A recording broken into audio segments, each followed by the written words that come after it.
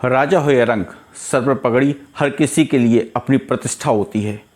उस दिन सर पर पगड़ी बांधे हुए एक नौकर अपने हाथों में चांदी का ट्रे लिए हुए अपने स्वामी के कक्ष की तरफ जा रहा था। यह ट्रे 1921 में ब्रिटिश सिंहासन के उत्तराधिकारी प्रिंस ऑफ वेल्स एडवर्ड के भारत आगमन के अवसर पर विशेष तौर पर ऑर्डर देकर लंदन से मंगाई गई थी। स्वामी के शयन कक्ष की दीवारों पर धुंधली धुंधली रोशनी में जानवरों के सिर और कितने ही पुरस्कार टंगे हुए थे। यह सब कुछ वहां के स्वामी ने अपनी शिकारी बंदूक, पोलो की स्टिक और क्रिकेट के बल्लों के कमाल दिखा के हासिल किए थे। नौकर ने पलंग के बगल में ट्रे रखी और धीरे से बोला, बेटी, पलंग पर लेटा आदमी है भारतीय देसी रियासत पटियाला के 8वें महाराज his most grace highness Yajuvendra Singh. नमस्कार, मैं हूं विवेक और आप देख रहे हैं कहानी वाला।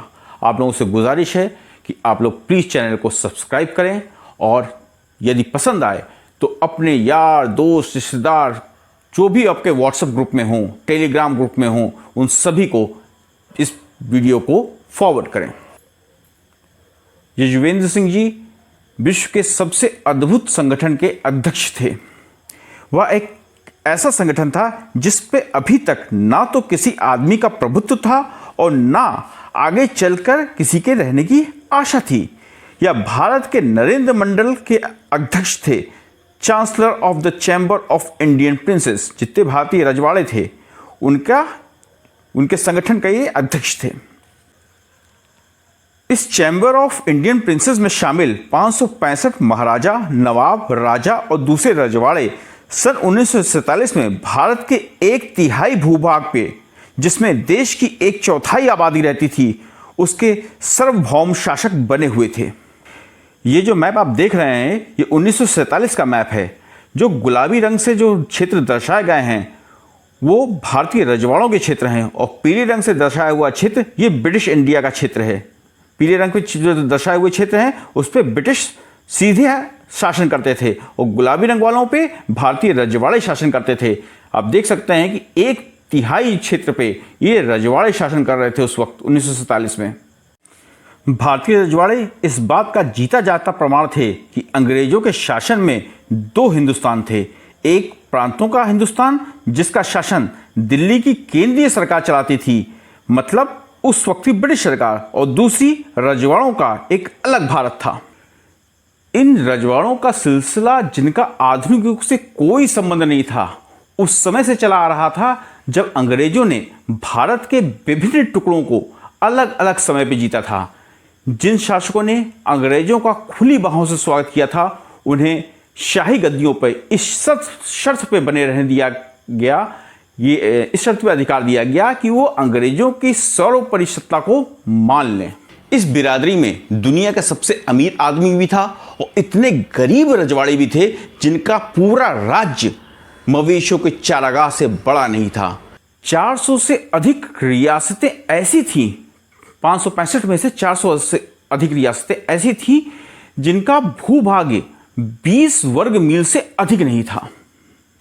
इनकी राजनैतिक प्रवृत्तियां कुछ भी रही हों, पर भारत के रजवाड़ों में से हर एक के पास औसतन 11 उपाधियां, 5.3 बीबियां, 12.6 बच्चे। ये दशमलव मैं कह रहा हूं तो इसका अलग अर्थ मत निकालिएगा, ये औसत की बात कर रहा हूं। जो 565 रजवाड़े थे उनका ये औसत है कि 11 उपाधियां हैं, 5.3 बीबियां हैं, 12.6 बच्चे थे, 1.2 हाथी, 2.8 निजी रेल के डिब्बे, 3.4 रोल्स रॉयस कारें और शिकार में मारे हुए 22.9 शेर थे।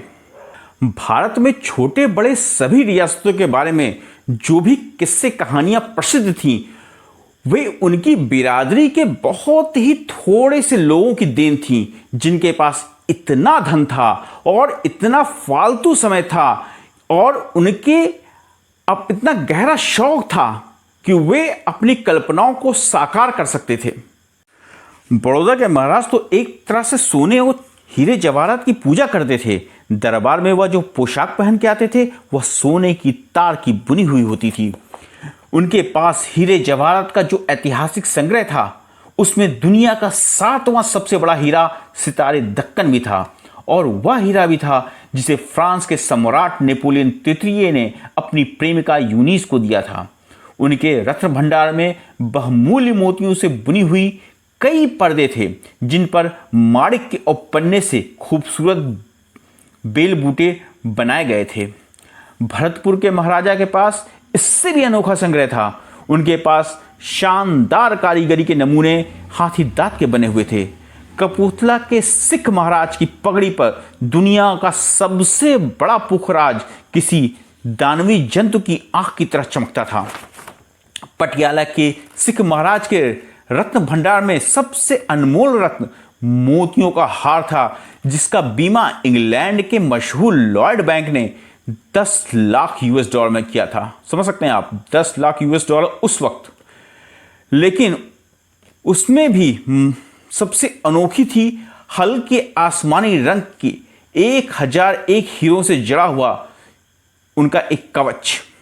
उस वक्त राजा की हैसियत इस बात से आंकी जाती थी कि उसके पीलखाने में कितने बड़े और कितनी संख्या में हाथी हैं।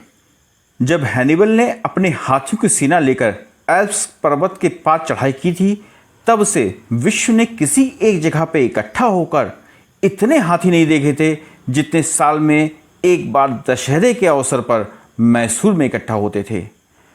मोटरों का चलन हो जाने के बाद अनिवार्य रूप से शाही हाथियों का उपयोग मात्र अवसरों और समारोहों तक सीमित रह गया।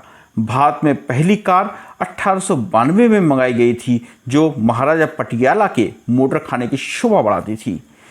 हिंदुस्तान में राजा महाराजे खिलवाड़ के लिए मोटरों में सबसे अधिक पसंद करते थे रोल्स रॉयस को, और वह भी तरह तरह की शक्ल और साइज में मंगवाते थे। इनमें सबसे अद्भुत महाराजा अलवर की लैम्बेस्टर मोटर थी। ठोस चांदी की, अंदर और बाहर पूरी बॉडी पर सोने की परत चढ़ी हुई, नक्काशीदार हाथी दांत के स्टीयरिंग के साथ। हिंदुस्तान के रजवाड़ों के मालगुजारी, शुल्क, कर और कर से जितनी भी आय होती थी, वह सब उनके हाथ में रहती थी।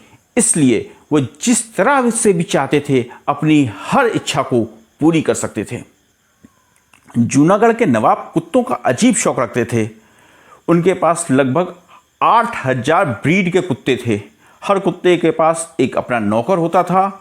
जिन कमरों में कुत्ते रखे जाते थे वो बिजली युक्त होते थे, टेलीफोन सुविधाएं होती थी और हर कुत्ते के लिए डॉक्टर नियुक्त था। उन्होंने अपनी लाडली कुतिया रोशना की शादी लेब्राडोर कुत्ते के साथ धूमधाम से करवाई। भारत के राजा महाराजे बड़े बड़े प्रतिष्ठित लोगों को आमंत्रित किया गया। उन्होंने वॉयसरॉय को भी आमंत्रित किया, हालांकि वो आए नहीं।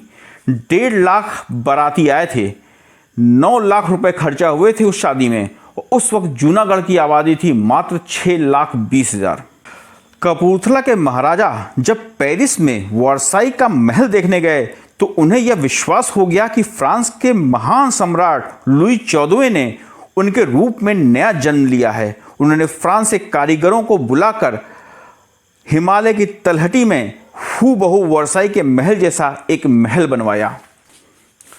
धर्म और संस्कृति का पालन करने वाले भारतीय राजा महाराजाओं के प्रति ईश्वर की तरह भक्ति रखते थे। इसलिए यह स्वाभाविक भी था कि कुछ राजा महाराजाओं के बारे में इस प्रकार की मान्यता बन जाए कि उनकी उत्पत्ति किसी दैवीय स्रोत से हुई है। मैसूर के महाराजा अपने आप को चंद्रमा का वंशज मानते थे। वर्ष में एक बार शरद पूर्णिमा के दिन महाराजा अपनी प्रजा के लिए ईश्वर का रूप साकार करते थे।